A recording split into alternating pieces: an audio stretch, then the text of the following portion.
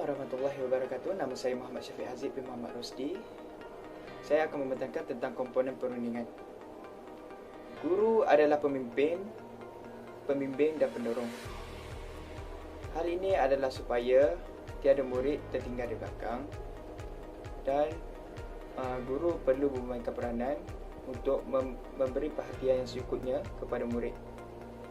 Poin kedua, guru bertindak sebagai perunding yang cekap kepada murid, ibu bapa, rakan sejawat dan pihak atasan yang lain. Dalam hal ini, guru perlu berkomunikasi secara baik, secara jelas dan tiada tekanan emosi antara perunding dan yang dirunding. Poin ketiga pula, guru perlu memastikan tiada masalah atau halangan dalam memastikan murid berjaya. Dalam hal ini, guru perlu menggunakan pelbagai cara dan perlu lebih kreatif dalam sesi mengajar. Selanjutnya saya akan menerangkan tentang maksud perundingan. Perundingan bermaksud perbicaraan ataupun mesyuaratan untuk mendapatkan nasihat, kepakaran atau perbincangan di antara dua atau banyak pihak untuk menyelesaikan masalah. Untuk menjadikan hal ini, guru perlu merangsang minat si dirunding untuk mereka lebih mendengar cadangan daripada kita atau perbincangan daripada kita dan mereka dapat menerima dengan baik. Seterusnya, sifat perunding. Seorang perunding itu mestilah seorang yang mahir dalam membina perhubungan serta berjaya mendapatkan kepercayaan dan keyakinan si dirunding. Contohnya, seperti mendengar, memberi perhatian, merefleksi dengan tepat dan meneroka secara objektif, membantu dalam membina perhubungan yang terbuka di antara perunding dengan serunding. Seterusnya, saya akan menerangkan tentang tugas guru merealisasikan komponen perundingan. Guru perlu mengaitkan tajuk yang diajar dengan pengalaman-pengalaman murid kerana ini akan lebih menarik minat murid untuk mendengar seseorang guru itu mengajar. Seterusnya, perkataan-perkataan oleh guru mudah difahami oleh murid dan penerangan yang jelas dan padat. Memahami sikap setiap pelajar juga membantu kerana guru akan lebih mengenal murid, sikap murid itu dan senang untuk guru menggayakan dan untuk mengajar seseorang murid itu. Seterusnya, menggerakkan hubungan sosial melalui aktiviti yang mendorong proses sosialis. Contohnya, perkemahan ataupun aktiviti-aktiviti selepas kelas. Ini akan lebih mengeratkan hubungan antara guru dengan pelajar. Itu saja. Komponen profesional. Komponen ini mengkehendaki seorang guru untuk memahami dan mengetahui apakah tugasan yang akan mereka lakukan. Tugasan atau tanggungjawab yang utama pada mereka adalah menjadikan pelajar-pelajar mereka atau murid-murid mereka seorang yang berjaya. Mereka juga bertanggungjawab dalam memberikan ilmu yang terbaik kepada pelajar dalam menjadikan seorang pelajar itu berjaya. Untuk mendapatkan ilmu yang terbaik, mereka perlu menjadi seorang yang bodoh atau merasa lapar kepada ilmu pengetahuan. Jadi mereka perlu mencari dan menguasai sesuatu ilmu sebelum mereka memberi ilmu kepada pelajar-pelajar mereka. Seorang guru juga perlu merasa bodoh dengan perubahan atau perlu merasa kekurangan dalam perubahan dalam pemberian ilmu ini. Bagi contoh, pada masa kini pembelajaran atas talian, seorang guru itu perlu menguasai pembelajaran atas talian sebelum mereka memberi atau sebelum mereka menceritakan kepada pelajar-pelajar mereka. Nama saya Raja Muhammad Samsul Ali bin Raja Hamzah. Saya dari ISMP Pendidikan Tasmani. Saya akan meneruskan pembentangan ke rakan saya, iaitu tajuk saya ialah komponen pengajaran. Komponen pengajaran ialah pengajaran melibatkan pelbagai kemahiran, pengetahuan, bahasa dan nilai yang sesuai saling bergabung untuk melahirkan murid yang cemerlang. Guru perlu menyelesaikan kemahiran mengajar, berkomunikasi dan pengenalan teknologi adalah perkara utama.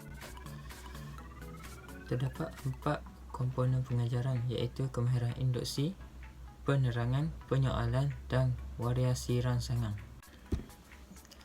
Yang pertama ialah kemahiran induksi. Kemahiran induksi adalah proses awal dalam sesuatu pembelajaran yang dirancang dengan sengaja untuk tujuan-tujuan tertentu. Selain itu, objektif set induksi ialah menarik perhatian dan menimbulkan minat murid terhadap aktiviti pengajaran yang akan dijalankan. Yang kedua, membina aliran fikiran murid supaya mereka bersedia mempelajari sesuatu yang berkaitan. Terdapat 4 komponen set induksi. Yang pertama menarik perhatian, yang kedua mewujudkan motivasi, yang ketiga membuat berkaitan, dan yang keempat berstruktur.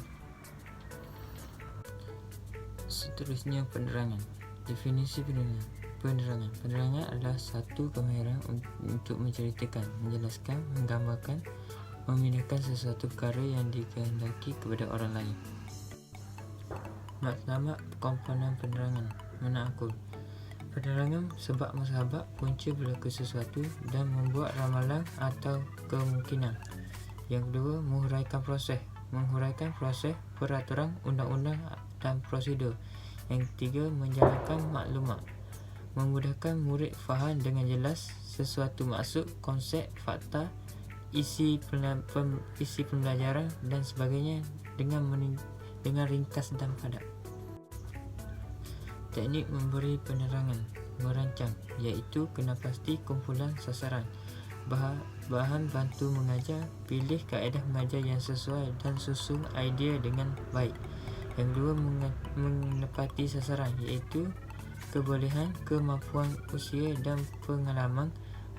Bahan bantu mengajar perlu menepati kumpulan murid. Komponen ketiga ialah penyoalan. Antara objektif penyoalan ialah merangsang dan mencukir fikiran murid. Yang kedua, menguji pengetahuan dan kefahaman murid. Yang ketiga, membimbing murid menggunakan kaedah inquiry penemuan untuk memberi kesimpulan atau menyelesaikan sesuatu masalah yang kompleks. Menarik perhatian murid supaya menumpukan perhatian mereka kepada aktiviti pengajaran guru atau kepada sesuatu penegasan. Yang kelima, menilai keberkesanan pengajaran guru dan pencapaian objektif pengajaran. Yang keenam, membantu murid mengulang kaji pelajaran untuk menyediakan diri dalam ujian yang akan datang. Yang kesembilan, mengimbangkan daya pemikiran murid melalui satu siri soalan yang terancang. Dan yang ke-10, melibatkan murid secara aktif dalam aktiviti pengajaran dan pembelajaran. Komponen terakhir ialah variasi rangsangan. Objektif variasi rangsangan ialah memberi peluang kepada pelajar menggunakan berbagai saluran deria untuk memperoleh ilmu. Yang kedua, memotivasikan dan membangkitkan naluri ingin tahu melalui berbagai aktiviti pembelajaran guru. Yang ketiga, memberikan peluang kepada pelajar menikmati pelbagai aktiviti yang dijalankan. Yang keempat, mewujudkan suasana pengajaran dan pembelajaran yang positif dan seronok. Yang kelima, memusatkan pemerhatian pelajar dan mengekalkan pemerhatian mereka terhadap pembelajaran guru. Melibatkan pelajar secara aktif dalam pelbagai pengalaman baru dalam pembelajaran. Baik, komponen ketuhanan. Guru perlu menganggap diri mereka sebagai individu yang paling utama untuk memikul amanah berkaitan pendidikan. Hal ini dikatakan demikian kerana sudah jelas bahawa kerjaya sebagai pendidik itu merupakan satu amanah yang dipertanggungjawabkan untuk dilaksanakan oleh mereka khususnya. Amanah kepada guru ini datang dari sesama manusia, iaitu ibu bapa, masyarakat, kerajaan, serta ia merupakan satu amanah kepada Tuhan juga. Guru juga perlu menjadikan kerjaya keguruan itu sebagai suatu ibadah yang memberikan sumber rezeki dalam kehidupan. Tambahan pula, saya yakin bahawa setiap ilmu yang diajar oleh guru kepada murid memberikan satu kebaikan kepada beliau.